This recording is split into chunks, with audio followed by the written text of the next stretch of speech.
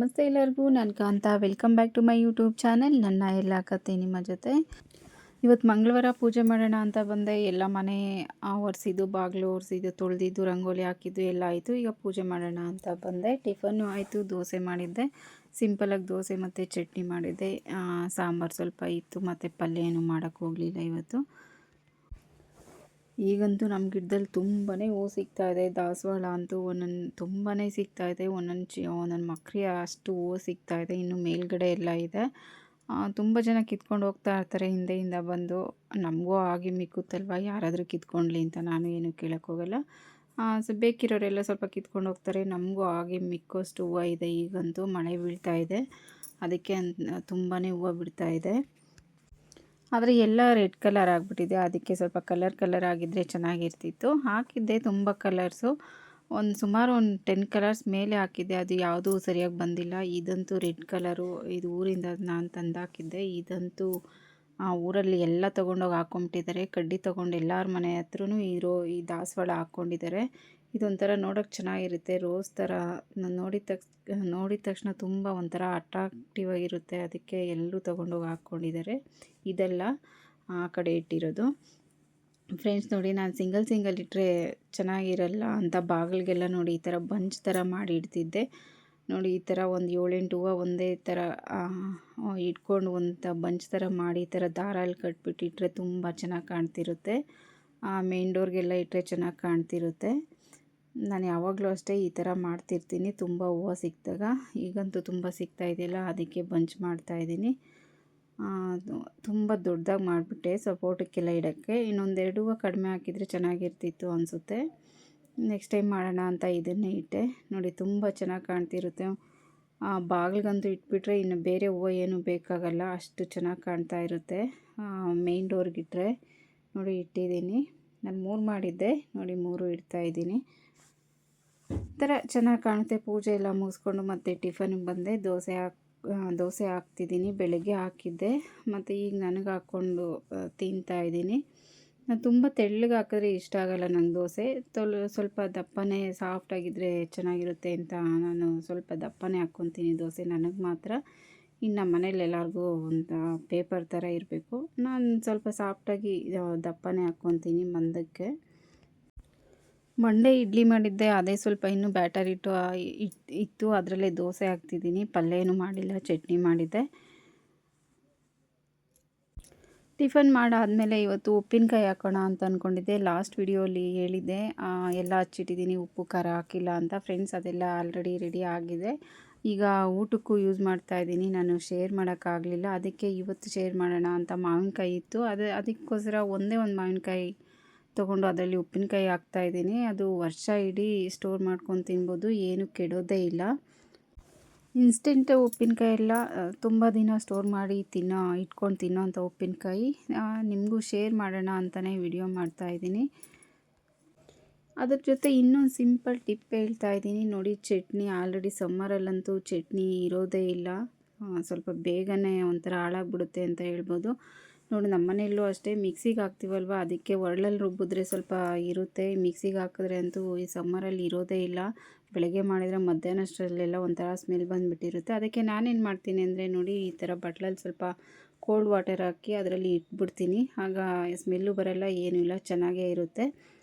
Use ಮಾಡ್ಕೊಬೋದು. ಫ್ರಿಜ್ಜಲ್ಲಿ ಇಡ್ಬೋದು, ಆದರೆ ಫ್ರಿಜ್ಜಲ್ಲಿಟ್ಟು ತುಂಬ ಕೋಲ್ಡ್ ಇರುತ್ತೆ, ತೆಗೆದಿದ ತಕ್ಷಣ ತಿನ್ನೋಕ್ಕಾಗಲ್ಲ. ಚಟ್ನಿನ ಬಿಸಿ ಮಾಡೋಕ್ಕಾಗಲ್ವಲ್ಲ, ಅದಕ್ಕೆ ಈ ಥರ ನೀರಲ್ಲಿ ಹಾಕಿಟ್ರೆ ಸಂಜೆವರೆಗೂ ಆದರೂ ನೈಟ್ವರೆಗೂ ಆದರೂ ಏನು ಕೆಡಲ್ಲ, ಹಾಗೇ ಇರುತ್ತೆ. ನಾನು ಚಟ್ನಿನ ಯಾವಾಗಲೂ ಇದೇ ಥರನೇ ಇಡೋದು. ಸಮ್ಮರ್ ಆಗಲಿ ವಿಂಟರ್ ಆಗಲಿ ಸ್ವಲ್ಪ ನೀರು ಹಾಕಿ ಅದರಲ್ಲಿ ಚಟ್ನಿ ಬಟ್ಲು ಅಥವಾ ಪಾತ್ರೆನ ಇಟ್ಬಿಡ್ತೀನಿ. ಇದೊಂದು ಟಿಪ್ ಅಂತಲೇ ಅಂದ್ಕೊಳ್ಳಿ. ಈಗ ಮಾವಿನಕಾಯಿ ಉಪ್ಪಿನಕಾಯಿ ಹಾಕ್ತಾಯಿದ್ದೀನಿ ಒಂದೇ ಒಂದು ಕಾಯಲ್ಲಿ. ವರ್ಷ ಇಡೀ ಸ್ಟೋರ್ ಮಾಡ್ಕೊಂಡು ತಿನ್ಬೋದು. ಇದು ಇನ್ಸ್ಟೆಂಟ್ ಎಲ್ಲ ಸ್ಟೋರ್ ಮಾಡ್ಕೊಂಡು ತಿನ್ನೋ ಅಂಥದ್ದು. ಫ್ರಿಜ್ಜಲ್ಲಿಡೋ ಅವಶ್ಯಕತೆ ಏನೂ ಇಲ್ಲ. ಮಾವಿನಕಾಯಿ ಚೆನ್ನಾಗಿ ವಾಶ್ ಮಾಡ್ಕೊಬೇಕು. ಅದ್ರ ಮೇಲೆ ಒಂಥರ ವೈಟಾಗಿರುತ್ತಲ್ಲ, ಪೌಡ್ರ್ ಥರ ಎಲ್ಲ, ಅದೆಲ್ಲ ಹೋಗೋವರೆಗೂ ಚೆನ್ನಾಗಿ ವಾಶ್ ಮಾಡಿಕೊಂಡು ನೋಡಿ, ಈ ಥರ ಒಂದು ಕಾಟನ್ ಟವಲ್ಲು ಕಿಚನಲ್ಲಿ ಇಟ್ಕೊಂಡಿರ್ತೀವಲ್ವ, ಕ್ಲೀನಾಗಿರೋ ಒಂದು ಬಟ್ಟೆ ಅಥವಾ ಟವಲಲ್ಲಿ ಕ್ಲೀನಾಗಿ ವಾಶ್ ಮಾಡಿ ಒಂದು 5 ನಿಮಿಷ ಹಾಗೆ ಇಟ್ಬಿಡಿ. ಆ ವೆಟ್ನೆಸ್ ಎಲ್ಲ ಇನ್ನೂ ಫುಲ್ ಎಲ್ಲ ಡ್ರೈ ಆಗಿಬಿಡ್ಬೇಕು, ಸ್ವಲ್ಪನೂ ತೇವಾಂಶ ಇರಬಾರ್ದು. ಅಲ್ಲಿವರೆಗೂ ನೋಡಿ ಬಟ್ಟೆಯಲ್ಲಿ ಒರೆಸ್ಬಿಟ್ಟು ಮತ್ತೆ ಒಂದು 5-10 ನಿಮಿಷ ಹಾಗೆ ಇಡಬೇಕು. ಬಿಸಿಲಿಗಿಟ್ರೂ ಓಕೆ, ಒಂದೆರಡು ನಿಮಿಷ ಇನ್ನೂ ಒಳ್ಳೆಯದಾಗುತ್ತೆ ನೋಡಿ. ಎಲ್ಲ ಆದಮೇಲೆ ಕ್ಲೀನಾಗಿ ನಮ್ಗೆ ಯಾವ ಸೈಜ್ ಬೇಕೋ ಆ ಸೈಜಲ್ಲೆಲ್ಲ ಕಟ್ ಮಾಡ್ಕೊಬೇಕು.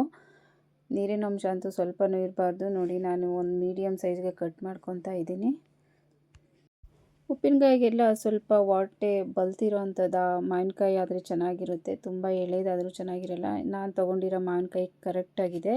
ಇದು ನಾನು ಊರಿಂದ ನಮ್ಮ ಗಿಡದ್ದೇ, ನಮ್ಮ ತೋಟದ್ದೇ ಇದು ಮಾವಿನಕಾಯಿ, ಊರಿಂದ ತೊಗೊಂಬಂದಿದ್ದೆ. ತುಂಬ ಎಳೆಯದು ಅಲ್ಲ, ಒಂಥರ ಹಣ್ಣಾಗೋ ಥರನೂ ಇಲ್ಲ. ಮೀಡಿಯಮಾಗಿ ಉಪ್ಪಿನಕಾಯಿಗೆ ಹಾಕೋಕ್ಕೆ ಯಾವ ಥರ ಬೇಕೋ ಆ ಥರ ಕಾಯಿ ಆಗಿದೆ ನೋಡಿ. ನಾನು ಈ ಥರ ಕಟ್ ಮಾಡ್ಕೊತಾ ಇದ್ದೀನಿ ಒಂದು ಮೀಡಿಯಮ್ ಸೈಜಲ್ಲಿ. ಇನ್ನೂ ಚಿಕ್ಕದಾಗಿ ಬೇಕಾದರೂ ಕಟ್ ಮಾಡ್ಕೊಬೋದು, ಇಲ್ಲ ಇನ್ನೂ ಸ್ವಲ್ಪ ದಪ್ಪ ಬೇಕಾದ್ರೂ ಕಟ್ ಮಾಡ್ಕೊಬೋದು. ಯಾವ ಥರ ಬೇಕೋ ಆ ಥರ ಕಟ್ ಮಾಡ್ಕೊಬೋದು. ಉಪ್ಪಿನಕಾಯಿಗೆ ಬೇಕಾಗಿರೋದು ಮೆಂತ್ಯ, ಸಾಸಿವೆ, ಜೀರಿಗೆ, ಮೆಣಸಿನ್ಕಾಯಿ, ಉಪ್ಪು ಮತ್ತು ಇದಕ್ಕೆ ಸ್ವಲ್ಪ ಬೆಳ್ಳುಳ್ಳಿ, ಕ್ರಷ್ ಮಾಡಿ ಇಟ್ಕೊಂಡಿರೋಂಥ ಬೆಳ್ಳುಳ್ಳಿ ಮತ್ತು ಸಾಸಿವೆ, ಕರಿಬೇವು, ಇಂಗು ಹಾಕಿ ಒಗ್ಗರಣೆ ಮಾಡ್ಕೊಳ್ಳೋದಷ್ಟೇ. 1.5 ಸ್ಪೂನ್ ಸಾಸಿವೆ ಫ್ರೈ ಮಾಡ್ಕೊಂಡಿದ್ದೀನಿ, ಹಾಗೆ 1.5 ಸ್ಪೂನ್ ಮೆಂತ್ಯ ಫ್ರೈ ಮಾಡ್ಕೊಂಡಿದ್ದೀನಿ, ಹಾಗೆ ಸ್ವಲ್ಪ ಜೀರಿಗೆ ಜಾಸ್ತಿ ಹಾಕ್ಕೊಂಡಿದ್ದೀನಿ. 2 ಸ್ಪೂನು ಎಲ್ಲದನ್ನು ಡ್ರೈ ರೋಸ್ಟೇ ಮಾಡ್ಕೊಬೇಕು, ಆಯಿಲ್ ಹಾಕೋ ಅವಶ್ಯಕತೆ ಏನೂ ಬೇಡ. ಹಾಗೆ ಒಂದು 8 ಮೆಣಸಿನ್ಕಾಯಿ ತೊಗೊಂಡಿದ್ದೀನಿ, ಅದನ್ನು ಡ್ರೈ ರೋಸ್ಟ್ ಮಾಡಿ ಇಟ್ಟಿದ್ದೀನಿ. ಈಗ ಸ್ವಲ್ಪ ಆರಲಿ ಅಷ್ಟರಲ್ಲಿ ಒಗ್ಗರಣೆ ಹಾಕ್ಕೊಳ್ಳೋಣ. ಒಂದು 4 ಸ್ಪೂನ್ ಆಯಿಲ್ ಹಾಕಿದ್ದೀನಿ, ಕುಕ್ಕಿಂಗ್ ಆಯಿಲು ಯಾವ್ದು ಬೇಕಾದರೂ ಹಾಕ್ಕೊಳ್ಳಿ ನೀವು. ನೀವು ಮನೇಲಿ ಯಾವ್ದು ಯೂಸ್ ಮಾಡ್ತೀರೋ ಅದನ್ನು ಹಾಕ್ಕೊಳ್ಳಿ. ಸಾಸಿವೆ, ಸ್ವಲ್ಪ ಕರಿಬೇವು, ಸ್ವಲ್ಪ ಇಂಗು ಹಾಕಿ ಒಗ್ಗರಣೆ ಮಾಡಿ ಇಟ್ಬಿಡಲಿ, ಅದು ಆರ್ಕೊಳ್ಳಿ. ಅಷ್ಟರಲ್ಲಿ ಇದನ್ನು ಗ್ರೈಂಡ್ ಮಾಡ್ಕೊಳ್ಳಿ ನೋಡಿ. ತರಿಯಾಗಿ ಗ್ರೈಂಡ್ ಮಾಡ್ಕೊಂಡಿದ್ದಾಯಿತು. ಈಗ ಪೌಡರ್ ಮಿಕ್ಸ್ ಮಾಡಿ ಮಾವಿನಕಾಯಿ ಜೊತೆ ಒಂದು 2 ಸ್ಪೂನು ಉಪ್ಪು ಹಾಕ್ಕೊಳ್ಳಿ, 1 ಸ್ಪೂನು ಅರಿಶಿನ ಪುಡಿ ಹಾಕ್ಕೊಳ್ಳಿ, ಹಾಗೆ ಕ್ರಷ್ ಮಾಡಿ ಇಟ್ಟಿರೋಂಥ ಬೆಳ್ಳುಳ್ಳಿ ಹಾಕ್ಕೊಳ್ಳಿ. ಒಗ್ಗರಣೆ ಮಾಡಿ ಇಟ್ಟಿದ್ದೀರಲ್ವ, ಹಾರಿರುತ್ತೆ, ಅದನ್ನು ಮಿಕ್ಸ್ ಮಾಡಿ ಚೆನ್ನಾಗಿ ಎಲ್ಲ ಮಿಕ್ಸ್ ಮಾಡಿ ಚೆನ್ನಾಗಿ ಒಂದು 8 ಜಾರ್ಗೆ ಹಾಕ್ಬಿಟ್ಟು 3-4 ಡೇಸ್ ಇಟ್ಟು ಯೂಸ್ ಮಾಡ್ಬೋದು. ಊಟಕ್ಕೆ ರೆಡಿ ಆಗಿರುತ್ತೆ. ತುಂಬಾ ಟೇಸ್ಟಿಯಾಗಿರುತ್ತೆ, ಹಾಗೆ ತುಂಬ ದಿನವೂ ಇದನ್ನು ಸ್ಟೋರ್ ಮಾಡಿ ಇಟ್ಕೊಂಡು ತಿನ್ಬೋದು ಈ ಥರ ಈ ಮೆಥಡಲ್ಲಿ ಹಾಕಿದ್ರೆ. ನಾನಂತೂ ಪ್ರತಿ ವರ್ಷ ಮಿಸ್ ಮಾಡೋದೇ ಇಲ್ಲ, ಪ್ರತಿ ವರ್ಷವೂ ಉಪ್ಪಿನಕಾಯಿ ಹಾಕಿ ಇಟ್ಕೊತೀನಿ. ಉಪ್ಪಿನಕಾಯಿ ಜೊತೆ ಊಟ ಮಾಡಿದ್ರೆ ಇನ್ನೂ 1-2 ತುತ್ತು ಜಾಸ್ತಿನೇ ಊಟ ಮಾಡ್ಬೋದು ಅಂತ ಹೇಳ್ಬೋದು. ಮೊಸರನ್ನ ಜೊತೆ ಎಲ್ಲ ಯೂಸ್ ಮಾಡಿದ್ರೆ ತುಂಬಾ ಟೇಸ್ಟಾಗಿರುತ್ತೆ, ಹಾಗೆ ಸ್ವಲ್ಪ ಜಾಸ್ತಿನೂ ಊಟ ಮಾಡ್ಬೋದು. ಸಾಂಬಾರು ಎಲ್ಲ ಖಾಲಿ ಆಗಿಬಿಟ್ಟಿದೆ, ಮಜ್ಜಿಗೆ, ಮೊಸರು ಆ ಥರ ಏನೂ ಇಲ್ಲ ಅನ್ನೋ ಟೈಮಲ್ಲಿ ಸ್ವಲ್ಪ ಉಪ್ಪಿನಕಾಯಿ, ಬಿಸಿ ಅನ್ನದ ಜೊತೆ ಸ್ವಲ್ಪ ಉಪ್ಪಿನಕಾಯಿ, ತುಪ್ಪ ಹಾಕ್ಕೊಂಡು ಊಟ ಮಾಡ್ಬೋದು. ನಮ್ಮನೇಲಿ ನಾವು ಚಪಾತಿ ಜೊತೆನೂ ತಿಂತೀವಿ, ಮುದ್ದೆ ಜೊತೆನೂ ತಿಂತೀವಿ. ಅಂದರೆ ಸಾಂಬಾರು ಜೊತೆ ಮಿಕ್ಸ್ ಮಾಡ್ಕೊಂಡು ಉಪ್ಪಿನಕಾಯಿನ ಮುದ್ದೆ, ಚಪಾತಿ ಎಲ್ಲ ತಿಂತೀವಿ. ಫ್ರೆಂಡ್ಸ್, ಈ ವಿಡಿಯೋಯಲ್ಲಿ ಒಂದು ಸಿಂಪಲ್ ಆದ ಒಂದು ಟಿಪ್ ಹೇಳಿದ್ದೀನಿ, ಹಾಗೆ ಉಪ್ಪಿನಕಾಯಿ ರೆಸಿಪಿ ಶೇರ್ ಮಾಡಿದ್ದೀನಿ. ನಿಮಗೂ ಇಷ್ಟ ಆಯಿತು ಅಂತ ಅಂದ್ಕೊತೀನಿ. ಹಾಗೇನಾದರೂ ಇಷ್ಟ ಆದರೆ ಪ್ಲೀಸ್ ಒಂದು ಲೈಕ್ ಮಾಡಿ, ಹಾಗೆ ದಯವಿಟ್ಟು ನನ್ನ ಈ ಚಾನಲ್ನ ಸಬ್ಸ್ಕ್ರೈಬ್ ಮಾಡ್ಕೊಂಡು ಸಪೋರ್ಟ್ ಮಾಡಿ ಅಂತ ಹೇಳ್ತಾ ವಿಡಿಯೋ ಎಂಡ್ ಮಾಡ್ತಾ ಇದ್ದೀನಿ. Thank you.